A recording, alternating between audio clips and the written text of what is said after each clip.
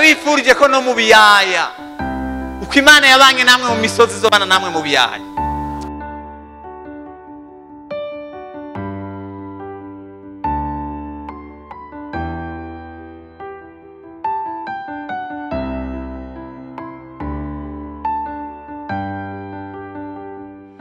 Nta numwe atabaye umwana.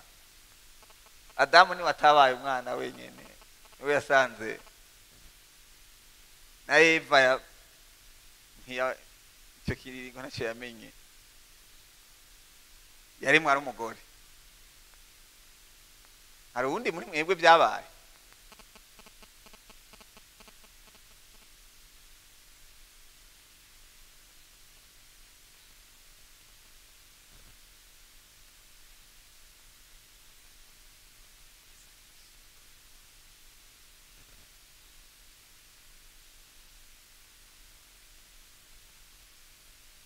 Neja kurabada ari ahantu mu ishyamba amerewe nabi mu by'Imana. Yesu nashimye. Uyu munsi rero tuje ngo turemeshanye mu by'iki, tuzanye n'amakuru ko igitoro cyabonetse, ibyo barafite abandi bazobivuga, twe tuje kubaremesha muke. Yesu ashimye. Tuje tuganire, twicare tuyage, dufashanye mu by'Imana. Yesu ashimwe. None rero nagomba twige ijambo ry'Imana, kandi Imana ihezagira abarongozi bariko baraha umwanya mwiza ugwaruka ngo bige ijambo ry'Imana. Yesu nashimwe. Abantu twazananye mu modoka twaje turavugana, hari kibazo nababajije kandi nahise gituma ndiko ndakibabaza.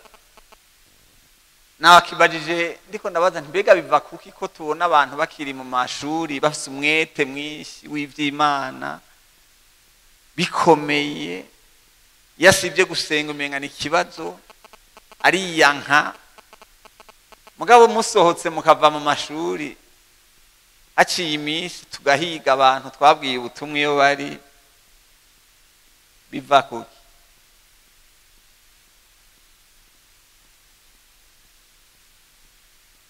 Nta nyishu ndabasabiye ngaha ariko muragenda mu vyibaza. Hari n'igihe niyo dutumye kabarosortisa usanga haza bavuba cyane,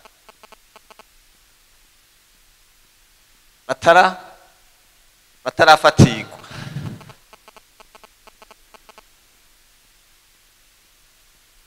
Rega hari ibintu bifatira abantu murazobiraba neza.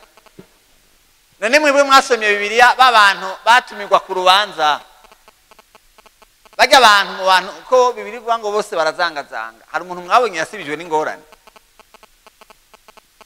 Mwe mwasomye hari wasibijwe n'ingorane? Umwe yavuze ngo naguze iki?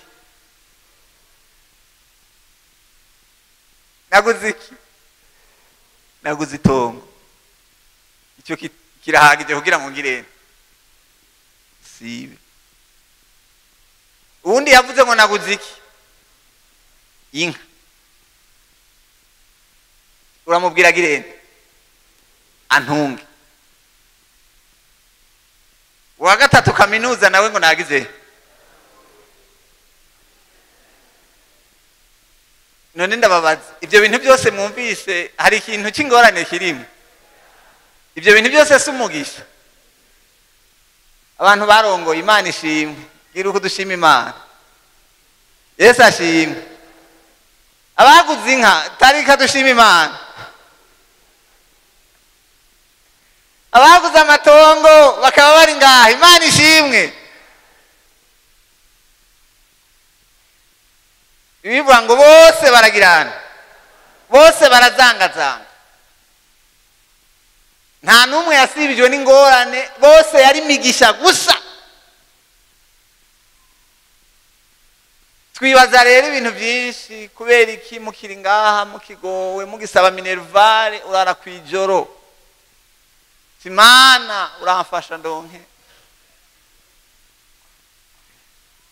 Yesu nashimwe. Ari gihe kimwe Abisirayeli bigeze gutegwa n'abansi mugabo ngo basha baramenya sokre, baramenya ngo abo bagabo babateye mu misozi ntibabashobora. Nibyo ngo mu misozi ntibabashobora, bavuga bati reka tuzobategerere, ati Imana yabikarira. Imana ikarira mu misozi. Ejo hari imisozi Imana izokura imbere yanyu. Imana ishima.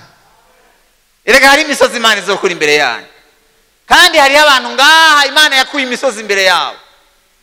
Ndabifurije ko no mu biyaya uko Imana yabanye namwe mu misozi izobana namwe mu biyaya.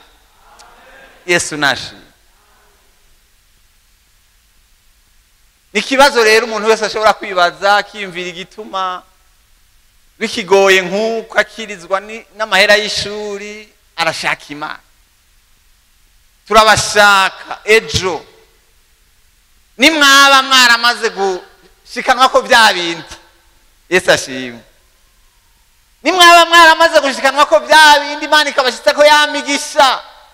Imana yahora igabisha Abisirayeli ikababwira ngo nimwamara kugirane kujya mu gahimba mukubaka amazu mukayabamwo amasho n'imikuku bikagirane bikagwira, muze mugirene, muze mwirinde imitima yanyu ntizigirene, ntize yibagira Imana. Ubu turi mu bintu abantu basigaye bazi kumenga gusenga nuko ababuraniwe batagira icyo barya baraye ubusa. Abantu muri ngaha nicyo cyabazanye. Imana irakeneye ko ibintu byawe bihesha iki, ubutunzi bwawe buyihesha iki, ubukuru bwawe buyihesha iki. Mwahezagirwa muzana amajipe mutondeka imbere y'urusengero, muze mwirirwe imbere y'Imana musenge mukorera Imana. Ahandi zuba twaruhiye ubusa. Nimba ubutumwa bwiza bwari ubw'abashonje abahaza ataco babukuramwo, twaruhiye ubusa. Yesu abahezagiye. Narigeze kugenda ahantu hamwe bari bafite amasengesho ntihari ino. Ngiye ahantu mu masengesho bari bafite amasengesho y'umunsi bakirirwayo bakararayo hari ku rusengero, muga ntihari ngaha mu Burundi. Mugabo ndatangana nsanga amamodoka yatonze abantu baje kwirwa imbere y'Imana bakarara imbere y'Imana. Imana ishimwe. Turakeneye abantu nk'abo badasigara batubwira ngo ubu nta mwanya dufise, umuradusengera guhaga naho tutari kumwe mu mubiri ngo mu mpemu turi kumwe. Abandi bagiye gusenga, agiye muri siporo ngo ibiro bigirene bigabanuke, kugeza aho Imana yicuza ikicuza icyatumye iguha iki. Imana igateba ikicuza kubera umugisha waguhinduye umwasi w'iki, umugisha waguhinduye umwasi w'Imana. Imana idufashe. Nukuri ndabivuga ibintu bimbabaza. Birambabaza kubona abantu baheraniye Imana ari bo bayigarariza. Ngomba mbwira abantu mufite amahera menshi nimwe bambere muheraniye Imana. Ko mutabyumva ega ntibabyemera. Abantu Imana yahezagiye nimwebwe bambere muheraniye. Ibikuru wankoreye uhorubinyibutsa.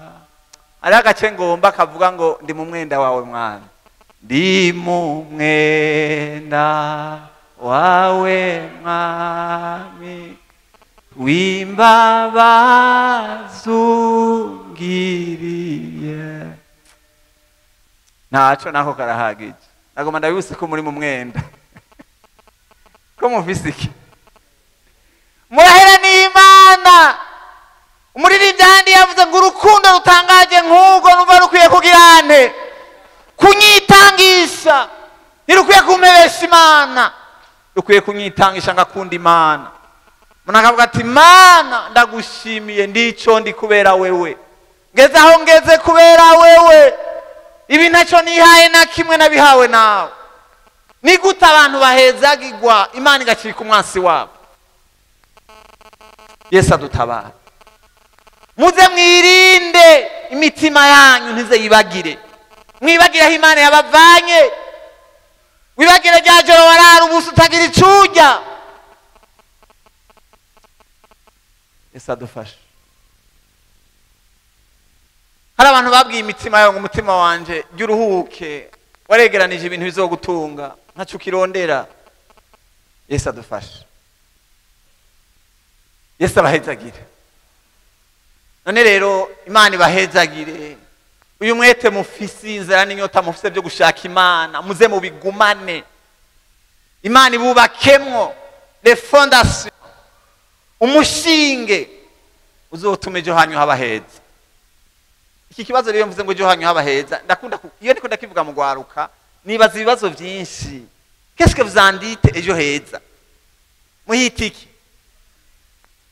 sifise umwanya wo kubabaza. Ejo heza muhabona gute? Muhitiki ano baza abantu bonyishura byinshi, no baza ntejo heza uhitiki. Gati nikugira iki etaje Bujumbura niho ejo kuronka visa yo muri Amerika niho ho. Pole sana. Yesu nashimye. Ndafise amajambo ngomba tuyage ko ijambo mfise tuyaga uno munsi incigwa kivuga ngo ibintu bishobora kwica umugambi Imana ifise ku buzima bwawe. Nibyo? Mvuze gute? Ndi mu banyeshuri ngomba gukora nk'umwigisha. Yesu ashimwe. Turabire hamwe ibintu kanaka bishobora kwica umugambi Imana ifise ku buzima bwawe. Yesu ashimwe. Hari abantu biyumvira ngo icyo Imana isezeranye ntigihinduka. Je ngo nababwire ko umuntu ashobora kugihindura. Hari abantu bavyihenda k'ibyo bintu ngo Imana yaravuze ntibaze bababeshe. Imana iravuga ejo bikagirana. Bigahinduka. Murazosoma mu gitabo cya Samueli, Imana yavuze kuri Eli ngo nari naravuze ngo ariko noneho birakagirana.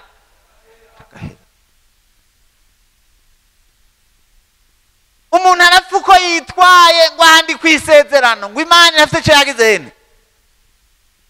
Ya. Turiko turajana. Itongo ryo muri Edeni ryari rifise ibyo gihaniza umuntu, icyo twita les interdits. Ibyo bintu ni wabirenga ko kabici ruhande uratandukanye n'Imana yavuganye nawe. Bibaze bababeshe. La promesse ifise des exigences. Ibintu dusabwa kutayubara, kutanjanjwa ko umuntu akavyiyubara ntabifineko. Yesu nashimye. Tugomba tuvugane rero ku bintu kanaka bishobora kwica iki umugambi w'Imana. Mu Gifaransa ni kigo cyitwa les tueurs de la destinée. Iki ibishobora kwica iki umugambi w'Imana. Mwabantu muri ngaha nagomba ubwa mbere banze menyesha umuntu wese ko nta cyaduka cyaje ku isi. Nta muntu yaje ku isi Imana itabiharuye. Nta muntu yaje ku isi Imana itavyiyumviriyeko. Ngoma ndabahumuriza. Nibyo? Nta muntu yaje ku isi Imana ngo ibaze ngo wajute. Bega birabaho. Abantu bo barashobora kuvyibarira.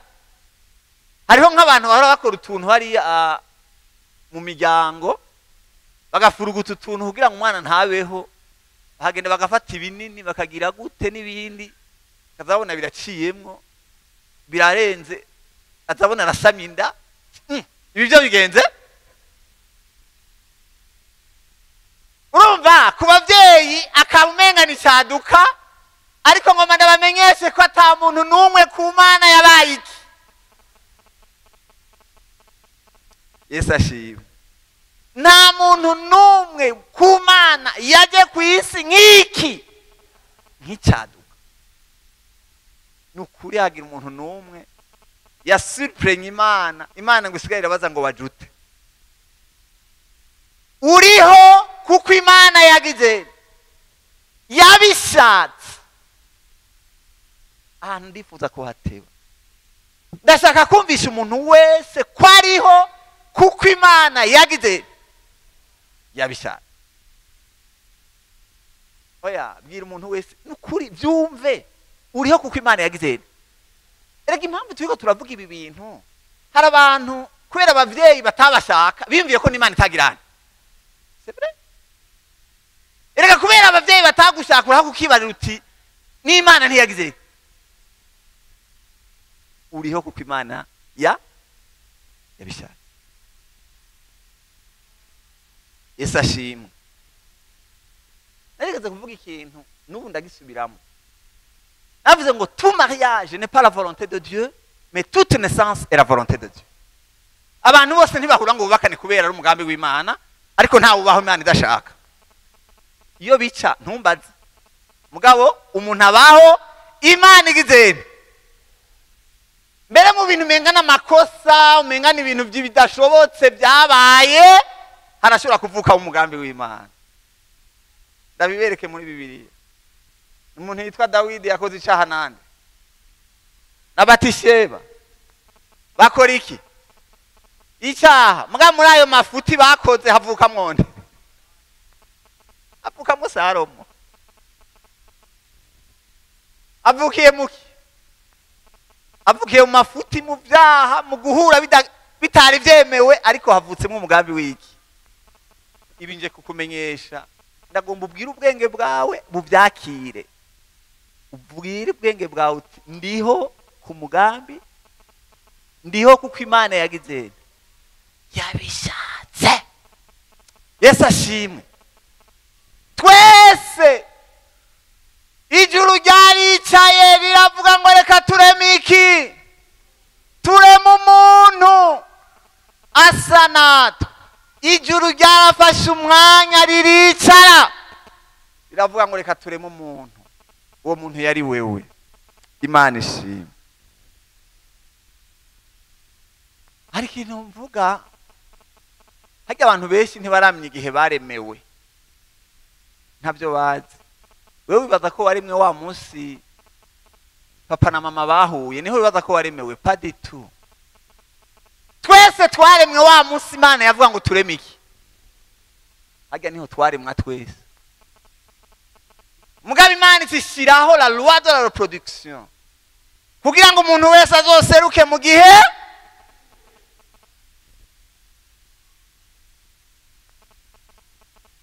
muriko muranyuma. Reka turi mu banyeshuri. Kugira umuntu wese azaseruke muki mu gihe ciwe, kandi ku mugambi w'Imana uhuye n'igihe. Nico gituma ijambo ry'Imana rivuga ngo Dawidi mu gihe ciwe yakoze ivy'Imana igomba. Nukuvuga ko Dawidi yagiye guseruka mu gihe. Mbega namwe muri ngaha, mbega iki ni igihe cy'iwacu? Nigihe iki ni igihe cy'iwacu. Umunsi Imana, reka ndababwira ijambo sinzi ko muhava muryumva. Waruzi ko umunsi Imana irema papa wawe arico gihe nawe yakuremye? Ntabyo mwumva? Bihava bibagora ko hajya umunsi Imana ivuga ngo tureme umuntu, mwese mwari muri sinzi ko muriko muranyuma. Ikiba gisigaye ni ingene tugenda turaseruka umuntu wese mu gihe. Imana yashiye Yesu la mekanisme izotuma umuntu wese agira igihe ciwe cyo guseruka. Ariko umunsi yaturema wari umunsi. None kubera ko Imana ivuga ngo kuko turi biremwa byayo, nibyo ngo twaremewe muri Kristo Yesu kugirana, ngo byateguwe ryari? Byateguwe ryari? None ngo byateguwe umunsi uvuka. Byateguwe ryari? Kera utaranabaho. Muravyumva ibintu ko ndavuga? Byateguwe kera utaragira. Imana yabiteguye kera we utarabaho. Imana yavuga ngo Claude ndamuteguriye ibi kera taranagira. Reka ndababwira ikintu kimwe kigoye, muze musome muri Bibiliya. Umunsi Sawuli yonona ibintu yaramaze, murazi ko Sawuli yabaye umwami mugabo ku myaka 2 gusa acaronona ibintu, nibyo mugabo abyononye. Imana isivuga ngo namaze kwironkera umeze nk'uko umutima wanje. Murazosoma neza Bibiliya igihe Imana yavuga ngo nironkeye umeze nk'uko umutima wanje ugomba. Dawidi yarasigaje imyaka 8 ngo abeho, ntiyari bwabeho. Sinzi ko munyumva. Nagomba ndababwire mwa abantu muri ngaha, Imana ntiyakumenye waje ku isi, yakumenye utaraza. Cyo gituma yabwiye Yeremiya ngo ntarakubumbira mu nda ya mama naringizene, nari ndakuzi. Twabanje kubaho muri monde spirituel imbere yo kuza muri monde visible.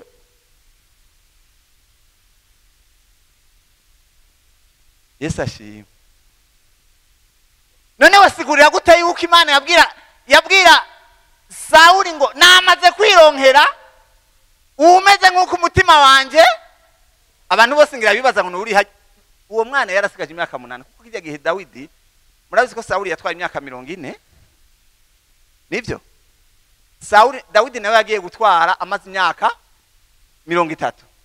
Bisigura ko umunsi yavyonona yaragisigaje imyaka 38 atwara. Dawidi nawe yagiye gutwara amaze imyaka 30. Nukuvuga ko imyaka 8 yari gisigaye Dawidi atarabaho, ariko Imana yavuga ngo ndamubona. Imana ishimwe. Ngo ndagira namaze kwironkera umeze nk'uko umutima wanje ugirana ugomba. Erega mwebwe dufise ikibazo gituma ivy'Imana biducanga, nuko twe turi mu mwanya, le temps turi limité dans l'espace, or Imana iba muri éternité. Imana iba mu kintu cyitwa éternité. Ico gituma ivuga ibitariho nk'ibiriho. Siniko ndagomba kuba komplika mu mutwe, ariko shaka mwumva ibi bintu. Shaka kubumvisha ko umuntu wese ariho kuki ku mugambi w'Imana. Yesu ashimwe. Mu gitabo cya Yeremiya 29 ku murongo wa 11 havuga ngo kuko nziki ivyumviro mbiyumvirako ko ari ivyumviro by'amahoro atari ivyiki, atari ivy'ibyago. Nagomba mbwire mwagaruka muri ngaha, nagomba ndabaremeshe ndabahumuriza. Turafise Imana yateguye projet ku buzima bwacu. Oya ntabyo mwumvise mwamunezerewe vrema. Ibi niyo muvyumva mwari kunezerwa ko hari Imana yateguye iki projet, kandi birivuga ngo iyo projet ni iki, ni ivyiza ku buzima bwawe. Ndakuremesheje ari abantu ngaha imuhira tanaga parcelle boronka, ariko ngomba ndakuremeshe hariho so mwijuru afise ibintu yapanze ku buzima bwawe. Nimukirande, nimukihebe. Abantu bose bidoga ngo ibintu byaracanganye, ibyo urabirekera abandi. Turafise data yateguye ngo ndafise ibintu nateguye ku buzima bwanyu, ibyo nabiteguye kera. Ndakubwire ngo uri projet y'Imana. Projet yateguwe niki? Ni Imana. Yesu nashimwe. Twebwe turi projet y'Imana, turi umugambi w'Imana. Hari ibintu Imana yateguye kera ku buzima bwacu. Ibyo bintu rero dufise responsabilité yo kubirondera tugahuza navyo. Ibintu Imana yateguye ryari. Murabona igituma ngoma ndabasubiza muntu ugira byinjire. Muraza kunyihanganira nshaka byinjire, kuko bafuta ikinyoma bavuze ukuri. Faut déraciner ibinyoma mwakiri. Ari abantu bazi ngo ntacyo bazovamwo, ntacyo kubera iki. Ibyo biterwa nuko hari ibinyoma byubaswe mu mutwe wawe. Narinje kubamenyesha mwabantu mu Imana irafise umugambi yateguye kera ku buzima bwacu. Yesu ashimwe.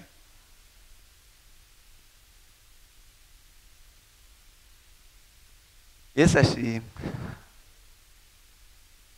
Hari ibintu Imana yateguye kera ku buzima bwacu, kuko twabayeho kuko Imana yagize iki kintu mukwiye kucyumva neza. Twabayeho kubera Imana yabishatse. Hanyuma mu gitabo cy'imigani havuga ngo ikintu cyose Imana yaremye yakiremye pour un but. Imana ntigeze yiyazarda mu kurema. Ni ukuvuga ko hatanguye but hanyuma nawe urarema. Mbega murabyumva ibintu mvuze? Ni ukuvuga ko umugambi w'Imana wabanje kubaho nawe ucuza nk'uje kuwushitsa. Ndasabye mumfashe ntimusinzire. Ndabizi ko abantu benshi mudakunda inyigisho. Mugomba ko tuguruka tugasimbira hejuru ataco mwiza. Icara mwige. Yesu yabwiye abigisha ngo genda mubigishe. Ni mwige. Hayo usanga bagira mu mucanwa gusa hariya. Kwiga ntibashaka. Bibiri bivuga ngo abantu banje bishwe no kutagirana.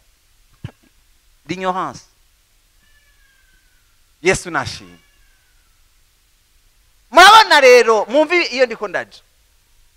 Hariho umugambi Imana yateguye kera ikigushiraho nk'uzoza kuwushitsa.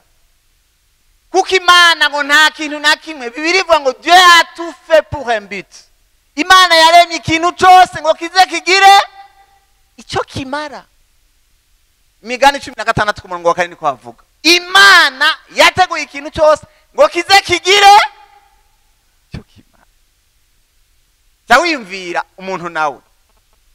Turi mu mugambi wiki w'Imana. Ngomba ngende buke mwumve mutahure. Yesu ashimwe.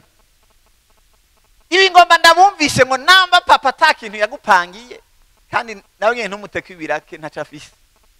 Mubabarire. Nona gutegura ibyo nawe netagira. Ariko nje kukubwira turafise data mwijuru. Amen. Ndakunda ijambo Yesu yavuze ngo iyo dusenga tuvuge ngo data wa twese. Ibi byavuga ngo n'imfubi itagira se. Izimenye ngo ndafise data mwijuru. Imana ishimwe. Ibi byavuga ngo nutagira namba. Imfubi zirabaho. Turafise data wa twese. Imana ishimwe. Na hata wowe ufise muhira. Nagomba ndaguhumurize turafise data mwijuru. Yadupangiye ibintu kera tutaranabaho. Yesu nashimwe. None rero nagomba tuyagaye amajambo. Imana yafise ibintu yateguye kera. Hari ibintu Imana yapanze ku buzima bwacu. Ariko nje kubamenyesha. Hariho uwundi yaje kuvyica. Yesu adutabara. Hariho uwundi yaje kugirana kuvyica. Uwo tumubona kuva mu itanguriro amanukira umuryango wa mbere, amanukira umuntu wa mbere. Umuntu wa mbere yarafise mission yo kuganza isi akayitegeka. Yaremwe mu ishusho y'Imana ngo tureme umuntu mu ishusho yacu ase natwe aganze. Umuntu wa mbere yari representant w'Imana ngaha kwisi. Ubonye Adamu wabonye Imana kwisi. Imana yafashe ubwami bwa Imana yakreye isi ngo yari yagize nka royaume. Kumwe Burundi bwari bwaraganjwe bukaganzwa n'ababirigi. Hanyuma buca burungika ababirigi kuza kugirana kubutwara. Muyandi majambo umuntu yari ishusho yiki. Kujya mwabona no mu Burundi twari dufite ababirigi bari ngaha mugabo baserukira igihugu bagize. Bavuyemo. Niko Imana yari yarafashe ngo isi Imana yaragombye kugira koloni y'ijuru. Kugira ngo Imana iciye umuntu ayiganze nk'uko Imana igomba. Amategeko yose yava mu ijuru. Umuntu agakorera ku mategeko y'ijuru. Shetani aravyihweza. Usanga wa muntu niwagira girene. Niwagira muganze. Kuko mu by'Imana yaravuze ko aganza n'inzoka yarimwo. Na Satani yari munsi yiwe. Inzoka iravyihweza. Oya, tureka ndabe ngene uyu muntu. Ndamukura muki. Ndamukura mu mugambi w'Imana. Ndamukura mu kuganza. Inzoka ikirazira muhenda. Yo nivyo ngoma shike ko mukanya. Inzoka ikiraza ifise gahunda yo kudetruiza wa mugambi wiki. Wa mugambi w'Imana. Inzoka ikirazira muhenda. Umuntu arasamara. aca mwaka ububasha bwose yaragize yarafise isi. Satani aca yitwa ngo umwami wiki, umwami wisi. Nico gituma wa munsi Yesu bahurira mu bugarago yamubwiye ngo niwavuga mukasenga ngo ndagira ndakubwame uko nanje nagize ngo uko nanje nabuhawe. Yari yabuherewe n'umuntu wamusi mwitongo ryande ubwami umuntu yari afise arabwiyambura abuha Satani. Munkurikirane, ndiko ndababwira ingene kuva kera hose Shetani yagumye afite ikibazo cyo gukura umuntu mu mugambi w'Imana, mu vy'Imana yagize yamuteguriye.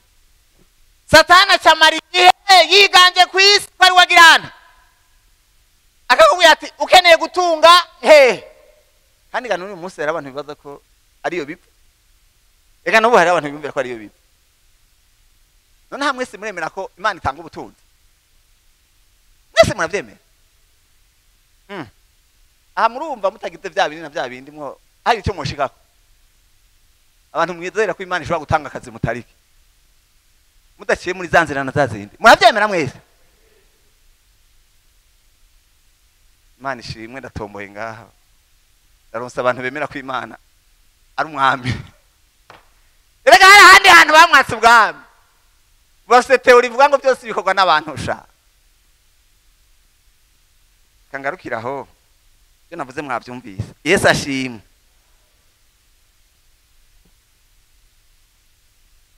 Shetani cyayigira umwami nkaho umenga ibintu byose kugira ngo umererwe neza ngaha nuguca he nuguciwe. Ega niko yabwiye Yesu ati navuga mukansenga nagirana. Kandi mumenye ko Imana ni nyamategeko kijya gihera muretse. Kubera iki? Umuntu yari yabumuhaye ubwo bubasha. Muriko muravyumva? Umuntu yari yabumuhaye. Niho rero Yesu yaje ava mu ijuru aje kwaka umuntu iki? Aje kwaka Satani bwa bubasha yagirana. Wa bubasha yiha agahabwa n'umuntu. Niyo mpamvu Paulo acadusigura hariya mu Banyefeso agacavuga ingene yamudepuye akamwambura byose akamushorera ati ndakwatse ibintu byose wari waragize wari warafashe ndabikwatse. Yesu ashimwe. Yesu azutse acavuga ngo nahawe iki? Ubasha bwose mwijuru nahe. Murumva igituma mwijuru nahe? Kuko hari haciye igihe isi Shetani yarayifatiye avuga ati ni jewe ntegeka. Yesu amaze gupfa akazuka ati nahawe iki? Imana ishimwe. Ubwo bubasha cyarabutanga kiravuga ngo namwe ndabahaye iki?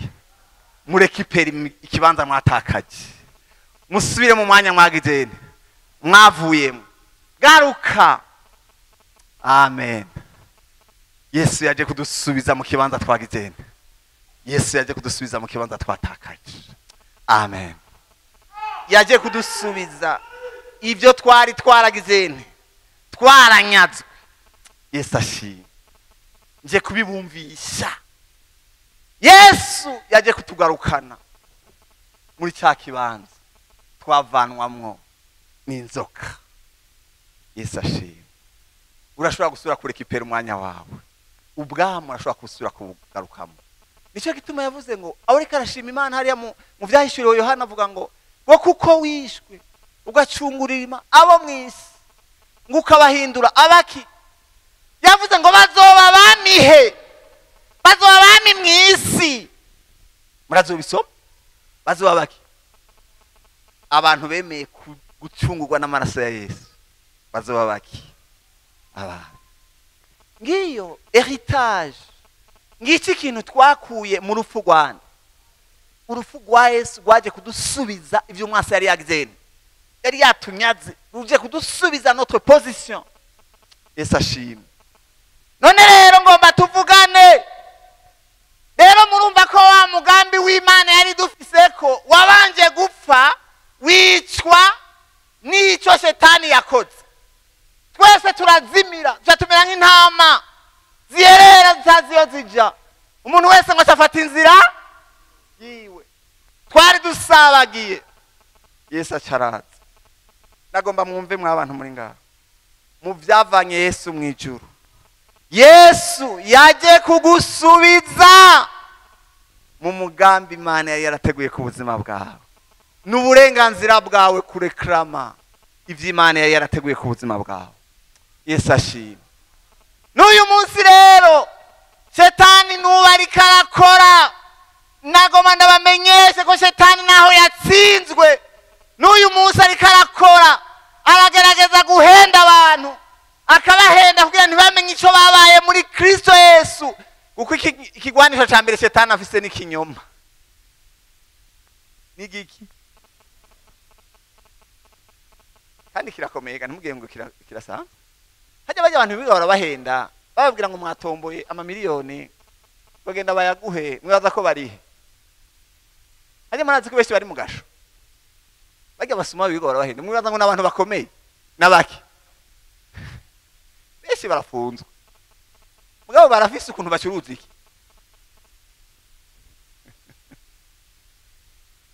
Hajya benshi bari mu gasho bajya kumumpimba.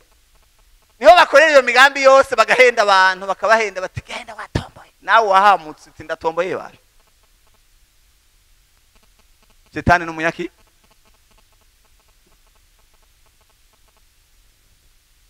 Tugomba rero turabiri hamwe. Hari ibintu Imana yateguye ku buzima bwacu. Yesu ashimwe. Yateguye ngo tuze tubibemo. Aha mwese munafise ibintu Imana yagize. Yateguye ibyo bintu Imana yagomvye ngo muze mu bigenderemwo. Imana ishimwe. Hari ibintu Imana yagize yateguye ngo tubigenderemo. Yesu nashimwe. Iko ndagomba ngene sobanura ibyo bintu kugira mu byumve. Yesu ashimwe.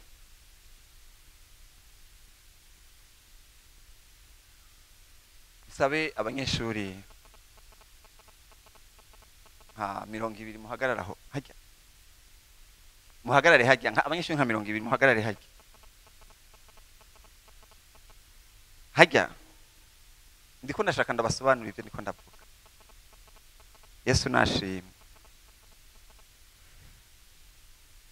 Yesu ndachi ukumusi mwizana kwe mereyeko kwali wewe mana yanjye idoneze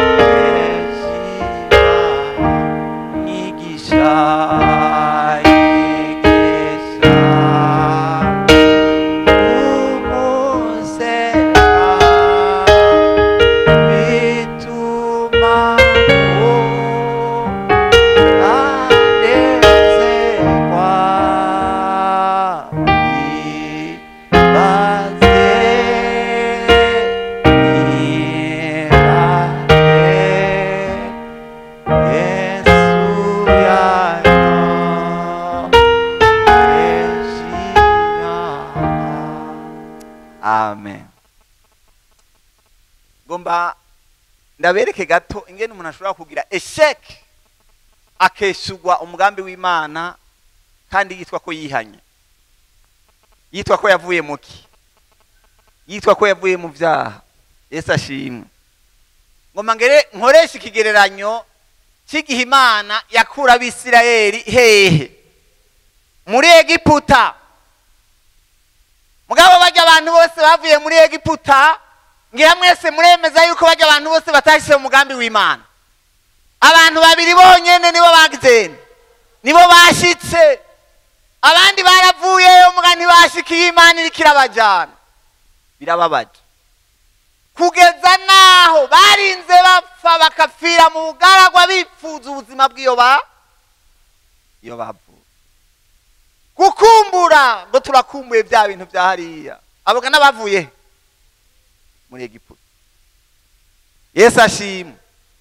Ndabasobanurire ibintu bishika kuri bitatu bita kuronka ubuzima no kuronka no gushika mu mugambi w'Imana. Sinzi ko munyumva. Ngo masipoza abantu bose bari ngaha n'abantu bari mu gihugu cyande cya Egiputa. Aha muri Egiputa hari abantu, hari abanyegiputa n'Abisirayeli bose bari bavanganye, tous confondus. Bose bari mu kiriya gihugu cyane cya Egiputa. Imana ikiravuga ngo ndafise abantu. Imana ikiragenda irobanuramwe abantu bangaha. Ikura imiryango 12 y'abaki y'Abisirayeli ibavana mu gihugu cya Egiputa. Hari ibintu nkunda kuvuga, ndagomba ndababwire, hari ibintu bitatu ngoma ntandukanye. Hari ibintu cyitwa l'existence, la vie et la destinée. Ndagomba ndababwire ko abantu bose bariho bahumeka bari mu kintu cyitwa existence. Ntibagira ubuzima. Ndababwire, umuntu ashobora guca ku isi atagize atabayeho. Umuntu ashobora guca ku isi atagize atabayeho, kuko ubuzima tubukura muri inde?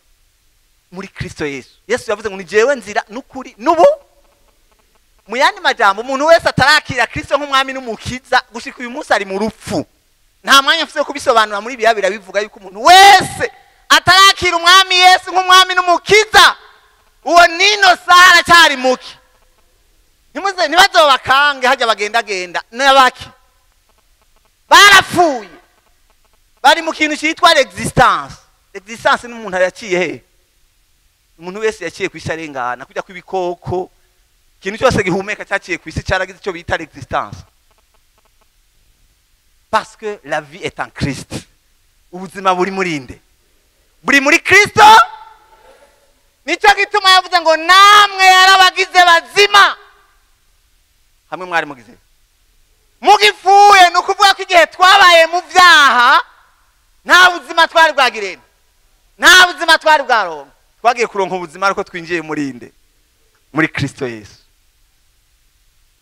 Sinzi gituma mukunda abapagani. Je birantangaza mwagwarukamo. Ni gute ushobora kubuzi kuri muzima ukaja kubana ni? Oya ntimwanyumvire. Ngo afise amahera ari wagize. Wafise imodoka nziza ari wagize. Amuza muri yubaha. Ariko murashobora kugereranya n'abapfuye.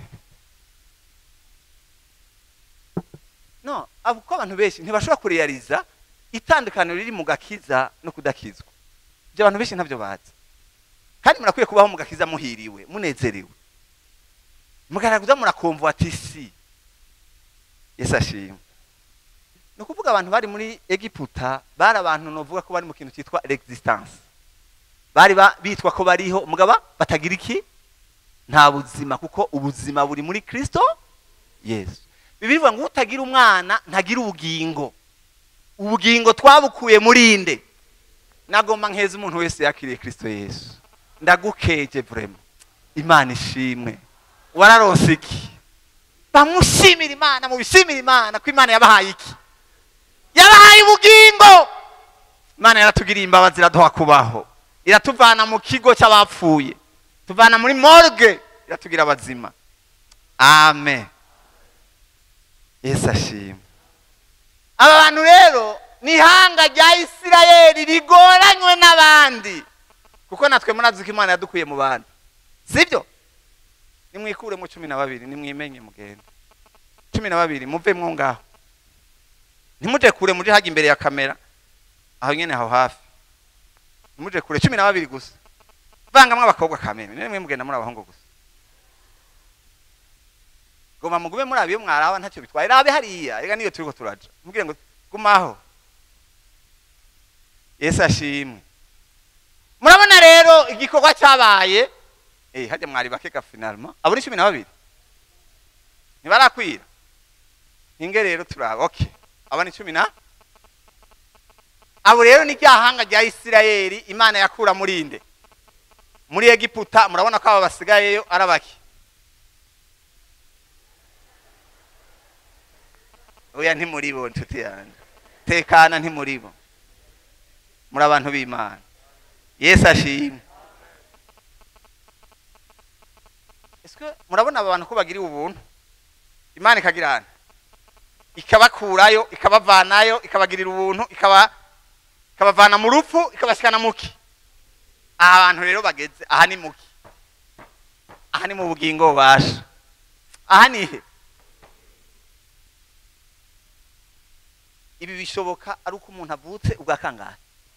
Bishoboka ari uko umuntu avutse ubwa kabiri. Si umuntu yaje mu idini ngaha, no, si bya bindi abantu baza mu idini bakeneye abagore n'abagabo ngo tugomba kubatirizwa, no. Ni umuntu azi ko umunsi kanaka yakiriye mwami Yesu nk'umwami niki, umukiza. Warafise iki? Ni umuntu no muri wazi ko yahariwe ibyaha, azi ko atarubanza. Muravyibuka bavuye y'indirimbo baririmbye, muribuka indirimbo baririmbye banezerewe ko bavuye mu gihugu cyane, bavuye mu buja bwande bwa Farawo. Iyo ni ya miryango 12 y'abaki y'Abisirayeli.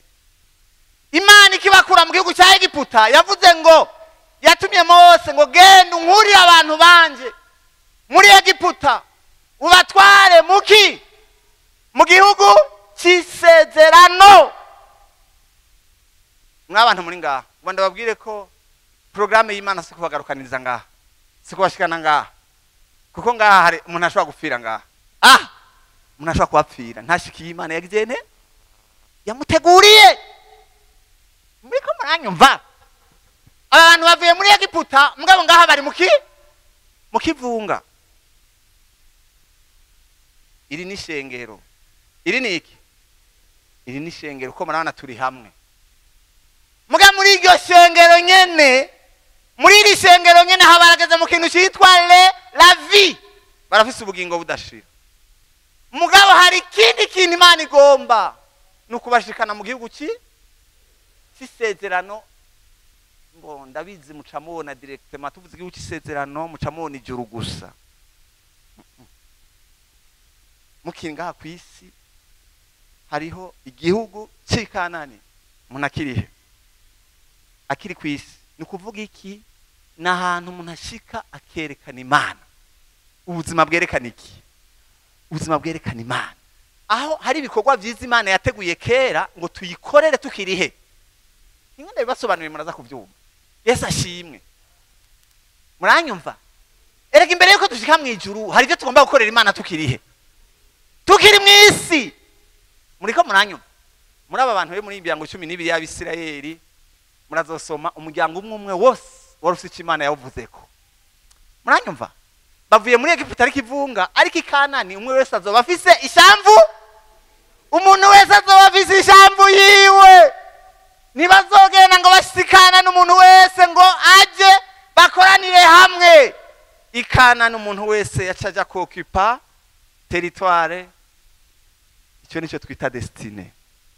Umuntu akumenya ngo Imana ingomba ko ibintu Imana yateguye ko nzobamwo nivyo. Muri aba bantu harimo imiryango 12 y'Abisirayeli, hari abo kwa Yuda bavamwe abami. Muriko muranyumva? Ahantu ni hatushobora kubibereka. Ubwego cy'Ikanani murabona urugendo rwose bagize bava muri Egiputa bari ngaha. Aha barahagorewe murabizi, barahasonzeye, barahagira ingorane. Mugabo ahantu Imana ngo ariko irabategura imbere yo kwinjira hariya. Ahantu hari ahantu babera test, kugeza aho uzotora iyo test ari wazoshika hariya ahantu ari imbere. Mwabyumvise? Hanyuma rero muri imiryango 12 harimo abaherezi, harimo abami, harimo abantu umuntu wese yagomba gutora umwanya wiki. Igihugu cy'Ikanani rero umuntu wese yacaza ko occupa iki ishamvu iwe. Murabona ko ngaha bari kivunga. Yesu ashimwe. Amen. Aho umuntu wese yatora iki nico gituma muze musoma igihe Yosuwa yabinjiza yavuze ngo muzogeza ryari kugira urwangara kugira ngo umuntu wese yinjire iki ishamvu yiwe. Ibintu sinzi ko muri kamera habye niko ndababarira. Ntabwo agakiza gaherera mu kivunga cyo mwishengero. Agakiza kagomba gushikana mu ntano amenya icyabereyeho ku isi. Murabyumva neza? Umuntu ategezwa gushika ku rugezo amenya igituma ariho.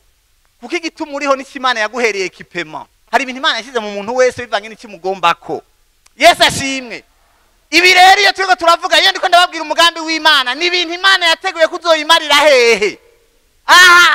Imbere yo kuja mu ijuru. Reka muravyumva. No, mwese nimzo aba pastori hariya. Hari abantu bazokora ibindi bikorwa mbwa bakerekana iki?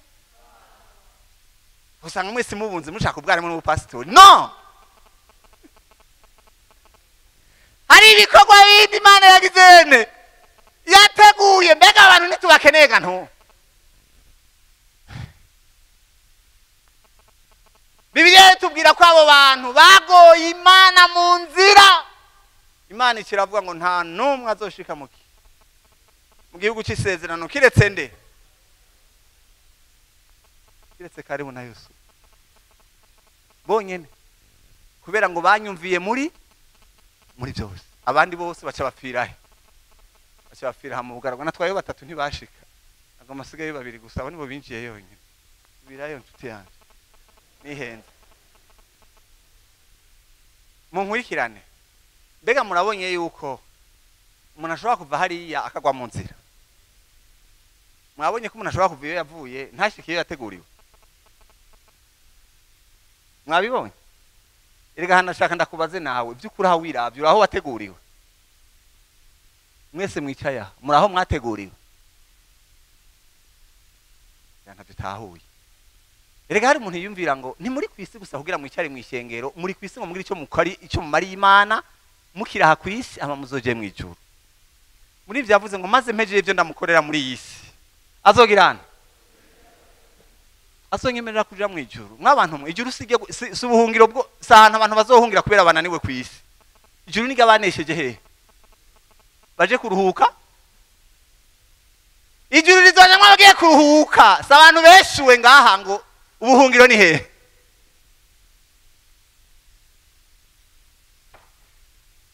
Sinzi ko nsobanuye neza icyo nagomba kuvuga. Mugana shaka ndababwire ko ushobora gukira Egiputa ariko ntushike. Ese murabyumva? Umuntu ashobora gukira Egiputa muga ntagirene. Nisho gituma dutunza abakirisu bagorewe aha. Aba bantu bagorewe bavuga ko mwishengera n'amategeko gusa. Bababuza kwambara uku kubera bagorewe. Nta muntu ashika ngaha ngo ashike yidoga. Uri ngaha ari fiere mu gakiza. Amen. Uri ngaha arazi gituma bireka. Abari ngaha nibo biha amategeko nta uyabaha.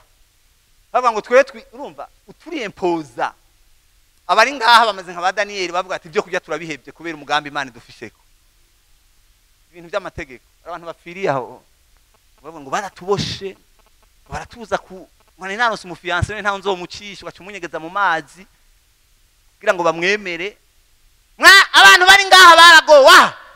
Murazosoma neza. Bari ngaha baguma bifuza ibyahe. Ngiyo dufuma dupfira muri wari aho twara abantu bari ngaha baridoga n'abantu bagorewe mu ishengero n'abantu bagowe kubera bapfiriye mu bugarago. Genda mwicare baje.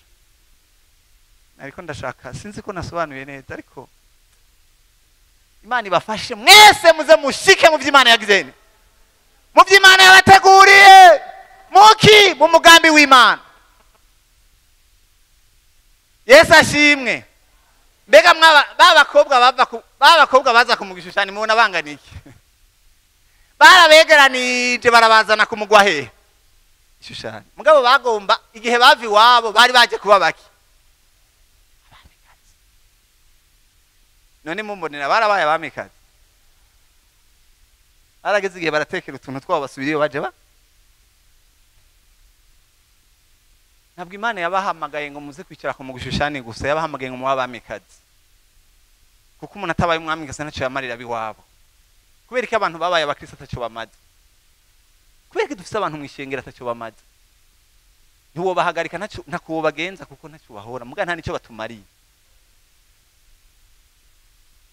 umugabo perezida w'ahantu hamwe ngo yakuye umuntu yatwara ahantu ati hajya bamubaza ati wamuhoye iki hajya yakoze amakosa make ati ntacyo yakoze ariko nta n'icyo atumariye. hariho abantu pasite ataco bononye ariko atani icyo bagize ntabariho urabakoma ubanyiga akubara ati umuhora iki.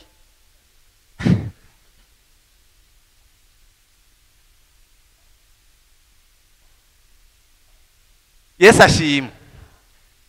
Ibi bintu ndabivuze kugira ndabasobanurire ko mwese hariho ikimana yabagombako. Muribuka ko Paulo yakumye avuga ngo ndashishikara kugira ngo menye gucatumye Kristo agirane amfata. Erega Yesu ntiyadufashe gusa ngo atamugamba dufise ko, hari umugamba dufise ko. Yavuga ngo ndabandanya kugira ngo shike gucatumye mfatwa nande na Kristo. Nihute gato tuvugane ku bintu bishika kuri bingahe bibuza abantu gushaka umugambi w'Imana. Icambere no kutamenya icuri murinde muri Kristo Yesu, ignorance de ton identité. Bega muranyumva? Eka mvuga ibi bintu hanyuma mpave umwanya wa mbere turangize. Yesu ashimwe. Mu bintu byabujije abantu gushika ku mugambi w'Imana, hari abantu baje muri Kristo ntibamenya aho baje. Ijambo ry'Imana ritubwira hariya mu gitabo cy'Abakorinto ba kabiri 5:17 ngo nuko rero iyo umuntu ari muri Kristo Yesu ababaye iki icyaremwe ibyakere babigizene. Ignorance de ton identité.